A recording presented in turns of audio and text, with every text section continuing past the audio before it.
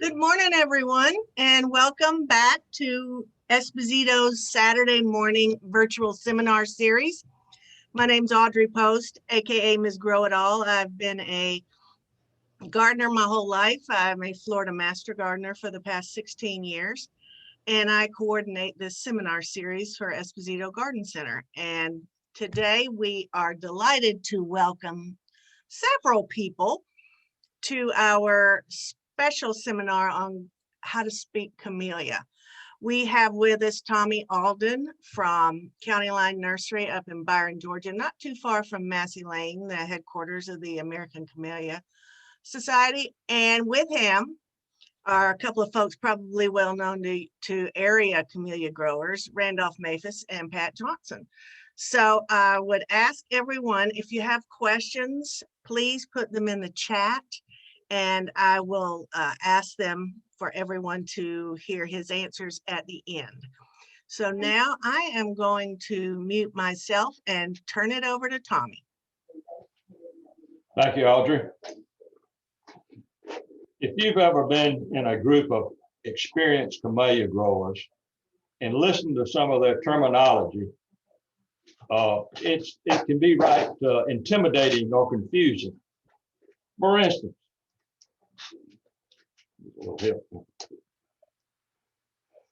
not moving. Well, we'll get this going in just a second.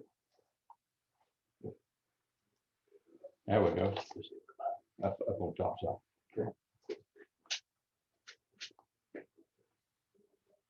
But they use terminology, excuse me, catching up. They use terminology like bull nose, rabbit ears, mutants. What in the world's going on? What are they talking about?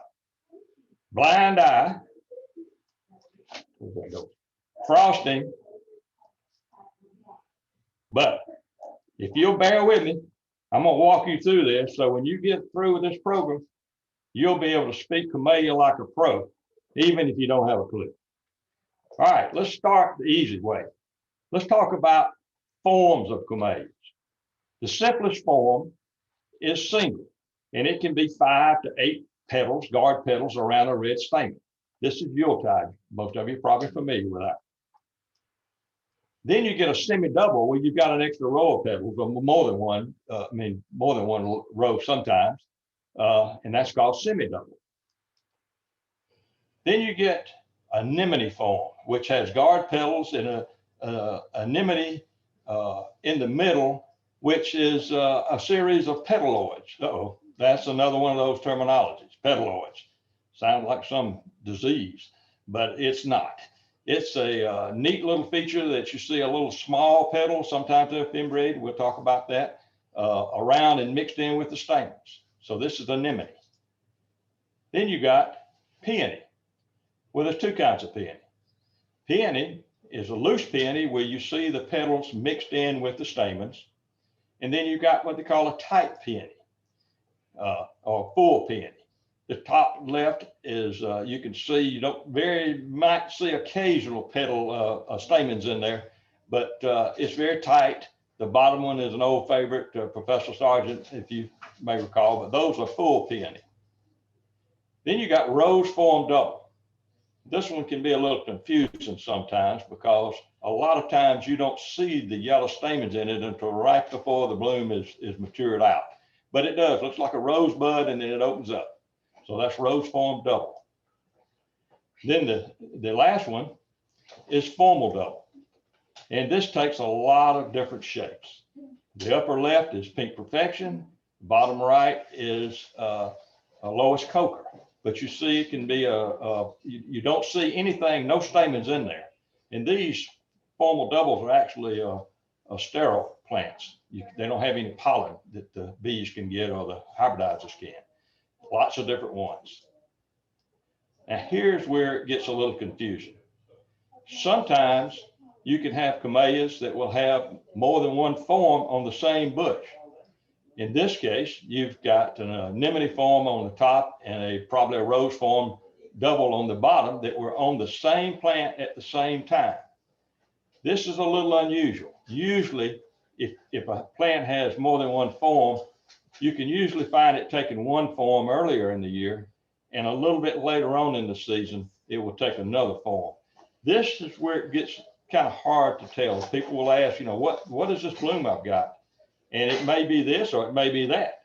You don't know unless you can look at the bush and evaluate the whole thing. So it does present some problems sometimes. Petals. Okay. Mostly you have red, white, pink, and maybe some striped petals. And they are in shapes anywhere from round to convex to flared out to fluted, any different way. And then the colors are somewhat arbitrary.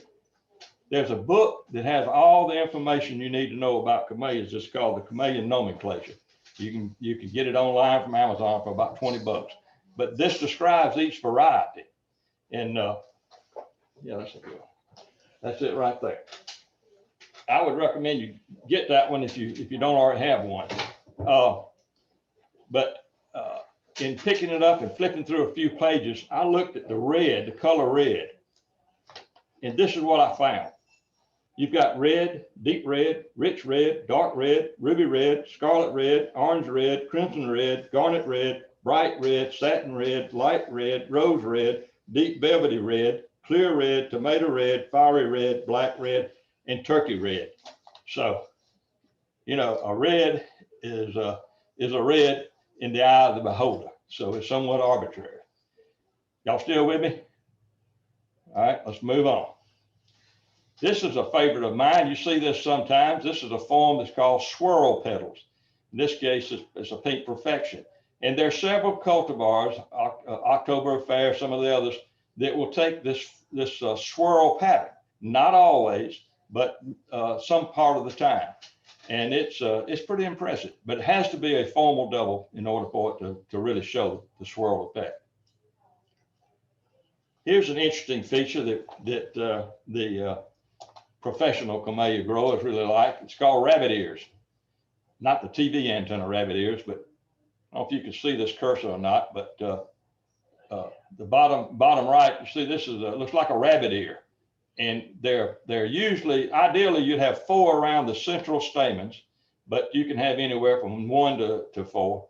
But this is a feature that is desirable. Here's a feature that I really like. It's called fimbriations, these little saw teeth that are on the edge of a bloom.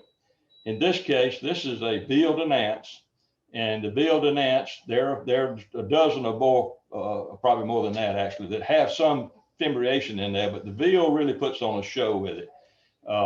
But here's the thing. It doesn't usually do it until late in the season. And we don't really know why, what causes it. I suspect it may be lengthening daylight hours, but nobody has been able to truly get it down pat. But when it does, it puts on a show. And then when it gets rabbit ears along with the fimbriation, it's a knockout. And it's veal denance fimbriation. Here's an incurved petals. In this case, again, it's lowest coker. And then here's frosting. Remember icing the cake? Well, this is it's not icing, it's frosting. That white look is a whitish color on top of the pink, and it really sets the blooms off. There's quite a few, especially in the retics. You see this quite often, but it really makes a showy plant. Okay, let's talk about camellia varieties, the species. There's actually probably over 300 different species of camellias, but for the simplicity of things, there are 4 big ones that we see quite often, and we're going to talk about them. You got Camellia sasanqua, Camellia japonica, Camellia reticulata, and Camellia hybrids. Let's take a look at them. Sasanquas are the fall blooming camellias. They have usually start blooming anywhere from August up until the end of December. But they put on a show and they can tolerate full sun. One of the features that it has that most of the others don't is that almost all the sasanquas have some fragrance. So they're fragrant. What you have the downside on them is if you cut one and take it into the house and put it in a vase, it won't last but about a day before the petals fall off. That's what they call shattering. So if you hear somebody say it shatters, that's a bad thing in terms of a japonica, but in a sasanqua, it's just a fact of life. It's actually right pretty if you have a screen or hedge of sasanquas. When the petals fall off, if it's something like a sparkling burgundy, it looks like someone rolled a red carpet underneath it. It's the smaller group of the Camellia family, and you see it comes in a number of different colors. Japonicas are the larger blooms that usually start later in the season, although there are some early ones that start even as early as September. But most of them start blooming in the wintertime, which makes it such a wonderful feature in the South when the northern areas are covered with snow and we're out here enjoying beautiful blooming flowers. But in most cases, the japonicas do not have fragrance. There are a few that have slight fragrance, but you almost have to use your imagination to find it. They come in lots of colors. The variegated dark red, I wish I had a little bit darker black magic. It gets sometimes toward the black side. This is a Melissa Ann and Campari, but there's lots of different forms and shapes and colors. Now here's the big boys usually. The reticulatas are fairly recent in the history of the camellias to our country. They've been around about 60 years now, but maybe a little longer. But the Frank Hauser is the most popular plant that we have in the reticulata category. It's very dependable, has a great big bloom. It's not unusual to have a bloom that's 6 and 7, 8 inches, and maybe even toward 8 inches across. And you see they come in different colors and shapes. This one on the bottom down here happens to be a one named after the old Georgia football coach, Vince Dooley. But anyway, the reticulatas are the big one at the Camellia shows. When people walk in, they're just drawn right to them because they can't believe how big they are. And then you have hybrids. Well, what are hybrids? Hybrids are a combination of 2 or more of the species of camellias. It could be a sasanqua crossed with a japonica, or it could be any one of the different species, and every one is designed to have some benefit.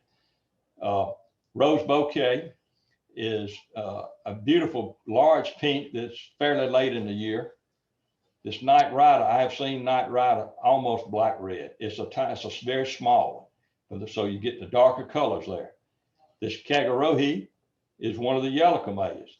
It's normally not real cold hardy, but in the Tallahassee area, unless we get a real unusual winter, it shouldn't be any problem at all to grow it. And then there's a group that are fragrant. They're bred with a species for fragrance.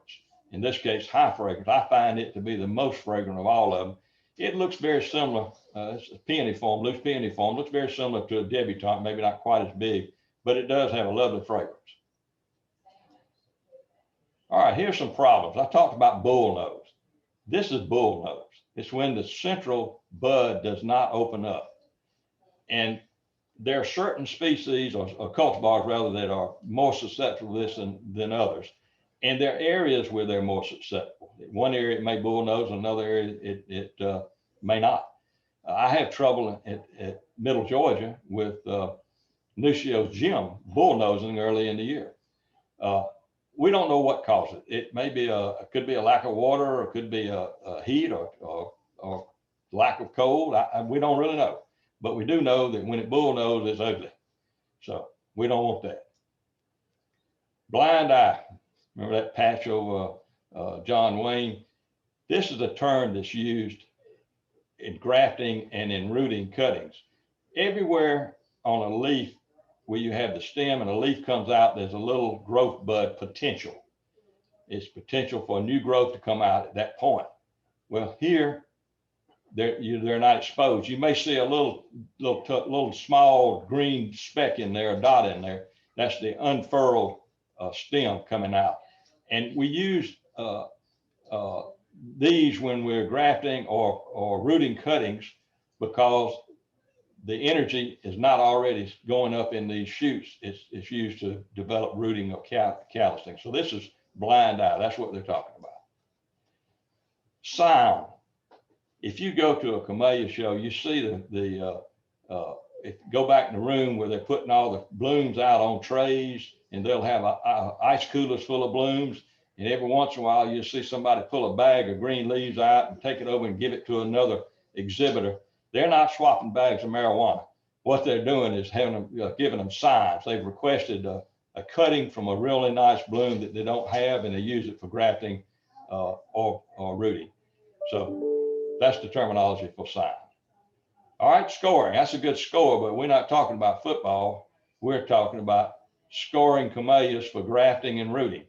For grafting, you do a wedge-shaped graft, and this edge right here is what you need to line up with the outside of the stem of the plant.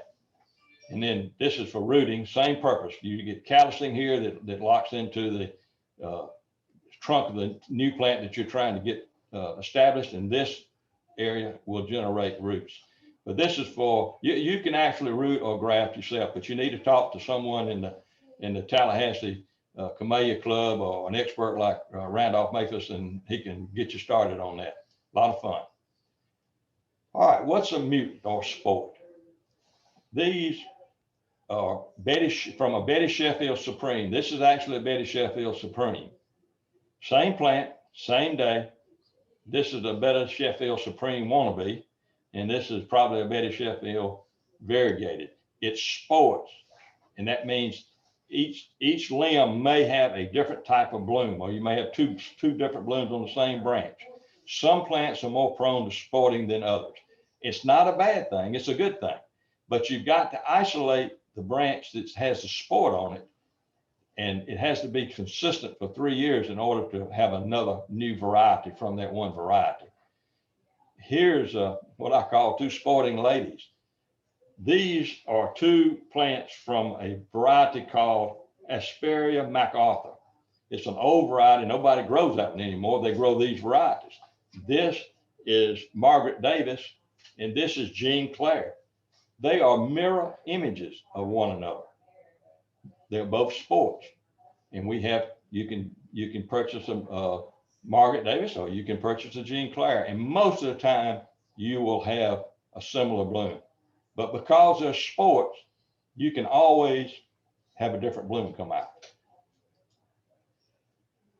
This is what may be confusing to some of you people. Variegated blooms can be either genetically variegated or virus variegated. A genetic variegation will have a consistent pattern on most of the blooms. For instance, this is La Peppermint. This is an old one. It's a semi-double with stripes on it, and all of them will have stripes. They'll be consistent. But Lady Van Sittard, or in this case, yours truly, most of the blooms will look like this. But because they're sports, occasionally you get something different. I jokingly say I think that the genetic variegation is probably a female gene, because they never seem to know what they want to wear. It's not unusual to find, again, this is La Peppermint, to have 100 blooms on a plant, and 2 of them will be solid red, and all of the others will be like they're supposed to be. Or sometimes you can get half and half. Just a fun thing, but that's a part of it. The virus variegation, and it's kind of scary talking about virus in this COVID situation we're in, but this is a non-harmful virus. It's actually, in most likelihood, a citrus virus. They've identified as many as 9 different viruses and viroids, and most of them go back to some citrus virus. And all it does is it takes the color out of the petal. You can see the top 2 over here have big splotches, and then we're taking them out. And then there's another pattern here called Moire. We'll talk about that in just a minute. But if you plant a seed, it's going to come up either red, pink, white, or maybe striped if it's genetically striped. But the hybridizers, or anybody that gets one, if it's a red bloom, the first thing they're going to want to do is graft it onto an understock with virus in it, and to try to get a virus bloom. And it's not harmful, but sometimes the virus can make the plant grow a little slower. And you can have, and probably do in most of your virus situations of variegated blooms, a lot of times you have multiple viruses in there. This is a splotch, and this is splotched and with or maybe a moire, and then this has both. You see the splotch and the moire design. I tell everybody when I'm trying to tell them what moire is, to think tie-dye t-shirts. You can also find the virus in the leaves. If you see the virus in the leaves, there's a good chance that the bloom will be variegated, but it doesn't always work that way. There is a virus that apparently just affects the leaves.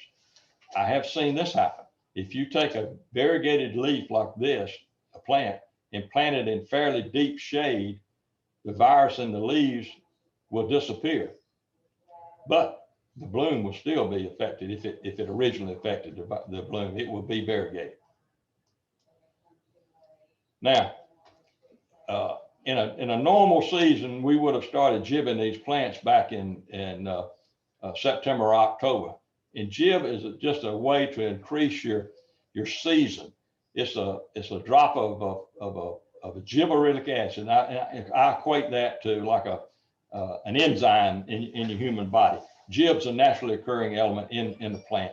What it does, it tells that bloom it's time to bloom and reproduce yourself. But it also speeds it up and it makes the plants bigger.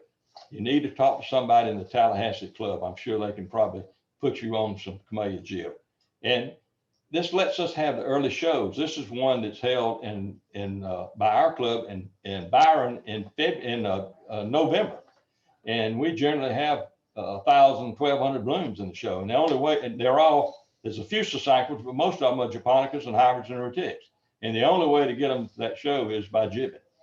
So you can have a bloom in your home in November, and then when it normally blooms in January, February, you'll have it again. So just a fun thing. Of course, in our area, sometimes we get these freaky flux snows, and if we didn't use jib, we would lose our buds and not have any late blooms. Doesn't happen often. All right, propagating camellias. There's 4 ways to propagate camellias, and we're not going to go into detail, but one of them is air layering. And if someone's got a nice bloom in their yard and they're willing to let you air layer it, then you just, there's a process. You can look it up online, or you can talk to somebody at Tallahassee Tallahassee Camellia Club, and they'll teach you how to air layer. Grafting is a way that I get new plants for my own purpose. You sacrifice a plant, you cut it off, sacrifice a plant to get a new plant. And then rooted cuttings is the way a commercial nurseryman such as myself produces volume. Planting seeds is the last way, and it's the slow way. And if you're 80 years old, you don't need to try to plant seeds. If the seed comes up, which it generally will, it takes about 7 years or longer before you ever see a bloom on it. And 90+% of the time, the bloom is going to be red, white, pink, and not very pretty. But sometimes you get some remarkable things. The best way to get good plants is to buy them from a reputable nursery, garden center. This is just a few here at Esposito's. I don't know how many they got left, but we sent in over 60 different varieties. This is Frank Hauser variegated. These are retics, or Ray Gentry and Ray Gentry variegated. Jenny Maphis and Hulyn Smith. This is some fairly new ones that are really pretty. Holy Pure and Evening Glow Pearl, and they're early. They bloom early. Then you got the old standby, Kramer Supreme, Helen Bauer, Betty Sheffield Supreme, and Black Magic. That's a little bit darker Black Magic there. Man size, which is a miniature. I didn't talk about the sizes I should have. The sizes vary from miniature, which is about 2 inches across, to very large, which can be anything over 5.5 inches. This is probably seafoam here, and it's a large, or maybe a medium, which would be about 4 inches. This is another couple of retics. that were here earlier. There you go, Margaret Davis and Mathotiana rubra. And the Mathotiana rubra is an old variety that's still very popular, but it has a tendency to take on a little purplish cast sometimes. So at this time, I would take any questions you might have and turn it back over to Audrey.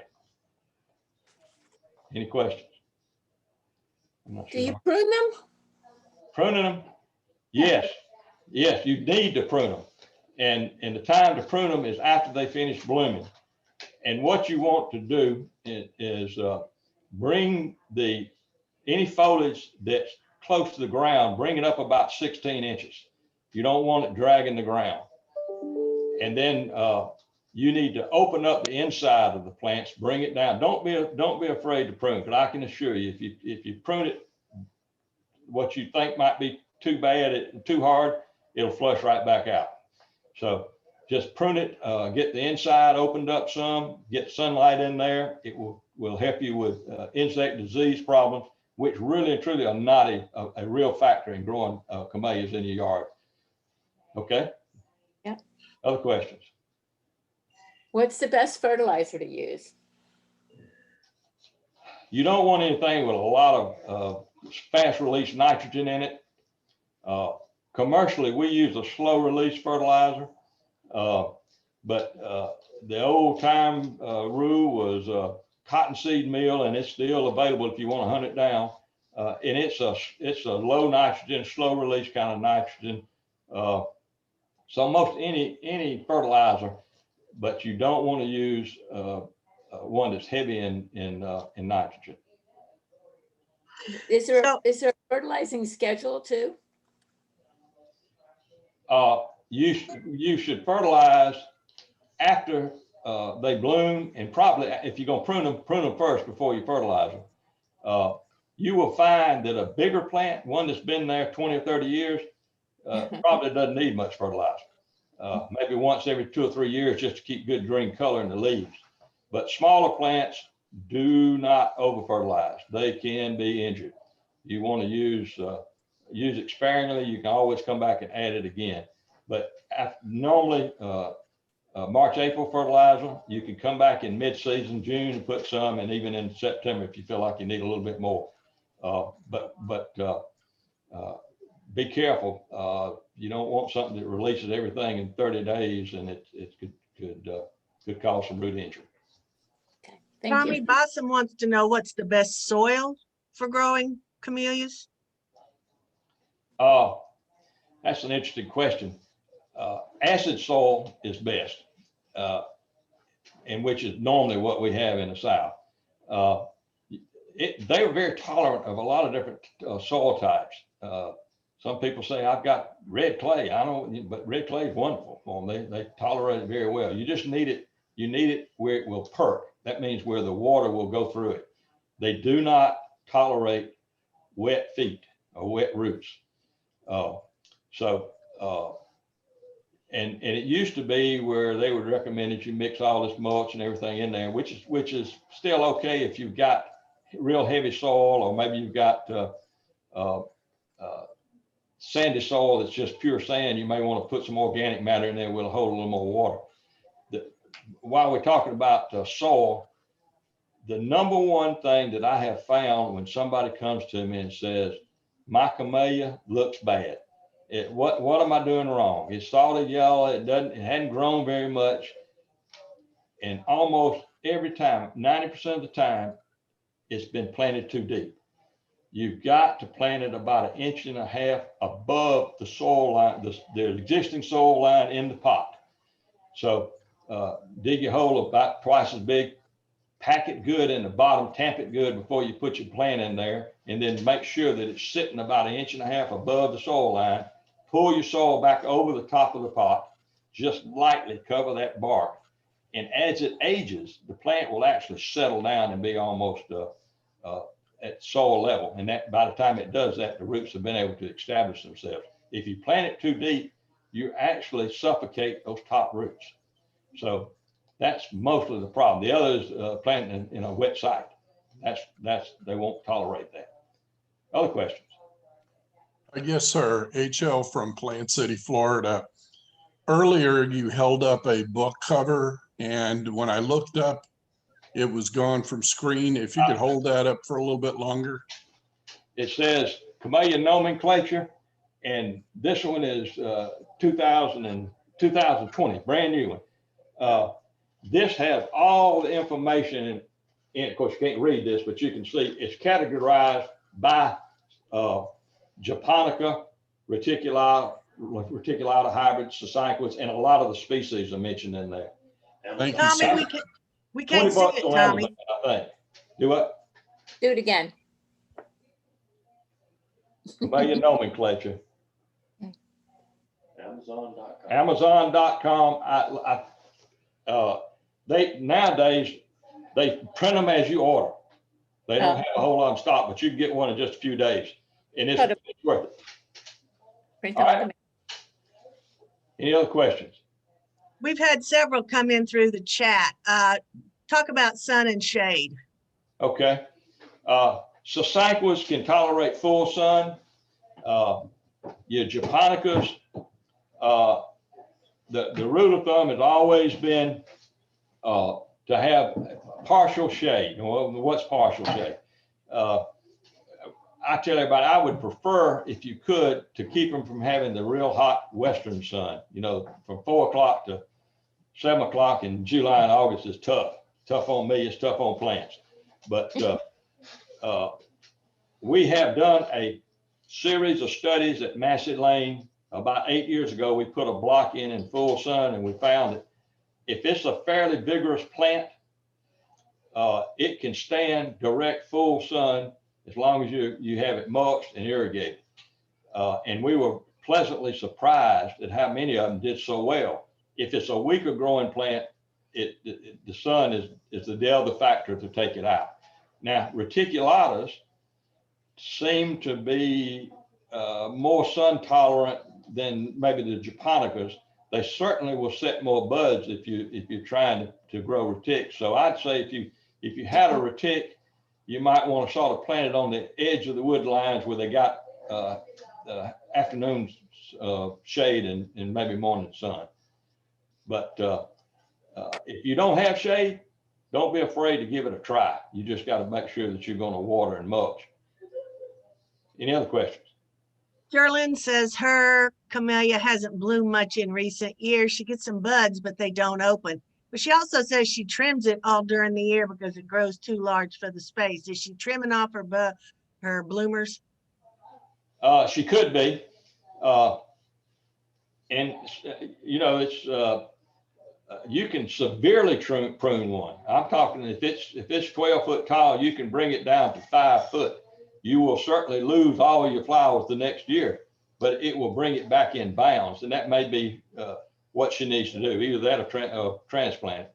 But sometimes and I don't know why. Sometimes you'll have a plant that is a good bloomer, and for some reason the next year it doesn't have many blooms on it, and the following year it usually does. So maybe something going on with it, just sort of internally has a heavy year and a light year, kind of like a pecan crop. You know, you have a heavy year and a light year. Anne has an old tree that has thrown off a baby, and this year the baby has a bloom. She wants to replant the baby. When's the best time to do that? Well, you got two things going on. It could be a root sucker from the mother plant, which happens sometimes. And if you do, you dig it up in any case, you dig it up in the wintertime. From now, well, I'd wait a little while, but January, February, dig it up and you transplant it. If it's a seedling, which is probably more likely, it again will not look like the mother plant. If it's a root sucker, it will be identical to the mother plant, but a seedling will be whatever the cross was between the mother plant and some other camellia in the yard or neighborhood. But the time to transplant is in the cold months. Susan wants to know whose variety is Snow on the Mountain, and she also wants to know if people can visit your nursery. A snow on the mountain is a sasanqua that's also called Mani no Yuki. And before my mind skips, let me tell you this. A lot of times, some of these older varieties go by more than one name, so that makes it a little difficult. But snow on the mountain is the general name for Mani no Yuki, which is a sasanqua. It's a white sasanqua, and it's still quite popular. Was there some other part that I didn't get? Was that it? No, visit. Okay. The visit. Oh, visit, yes. Yes, but call ahead. We are a wholesale nursery, but we do help people find varieties sometimes that are not available commercially. So you need to call the nursery and make sure someone will be available to help you. We buy a lot of our camellias from him here at Esposito's. And now seems like a good time to tell everybody that, as you know, we usually give a coupon to get people to come visit us here at Esposito's to those who participate in our virtual seminars. And yesterday was Black Friday, and we had a deal yesterday, only 25% off all camellias, and there was no limit. So what we're doing today is we're going to send y'all a coupon because we're going to extend that 25% off to everybody who has come today. And the coupon is good through next Friday. So I'll be emailing those out to y'all later today. Yay. It sounds like a good deal. I think so. Do you have a favorite, Tommy? The next one I see blooming is usually my favorite, but I do have two actually. Build an Ants is the old time, and no garden really, camellia garden in my opinion is complete without a Build an Ants, but they're slow growing, so you just have to be patient with them. And then I really like a Frankhauser variegated. It's just a wonderful growing plant, beautiful bloom. They are beautiful, and we can't keep them in stock. As soon as we get them, they're gone. I can't grow enough of them. That's true. What causes, we got another question. What causes them to bud but not open? Yeah. I don't know. You got to break a bunch of them off. Yeah, that Randolph just mentioned. This budding will help. Sometimes you'll get the plant that may be weakened for some reason, and it will, in order to propagate itself, it will put a lot of buds on itself. You can help that by disbudding. You really need, if you want the best buds, biggest buds, you need to disbud anyway. But that means taking it all the way down to one or two buds to a branch. Certainly, if you got two buds in a cluster, then get it down to one. But I've seen them have 10 or 12 or 15 in one cluster. If that's the case, then I'd say the plant is probably in a weakened state. Maybe you can correct it after you disbud it by a little more fertilizer in the spring, or maybe have to relocate it or check to see if it's too wet. Or too wet or too dry or too deep. But something is wrong if it's setting buds and they're not blooming. Okay. It's a cry for help. Yep, that's exactly right. Okay. Anybody else have any questions? It's excellent. Thank you so much, Tommy. And I'm thank glad you, to. Randolph, for assisting. You're welcome. Okay, we have recorded this and it should be available by Monday on our YouTube. I'll send you the link when it's ready. Thanks so much, and we'll see you soon. Thank you.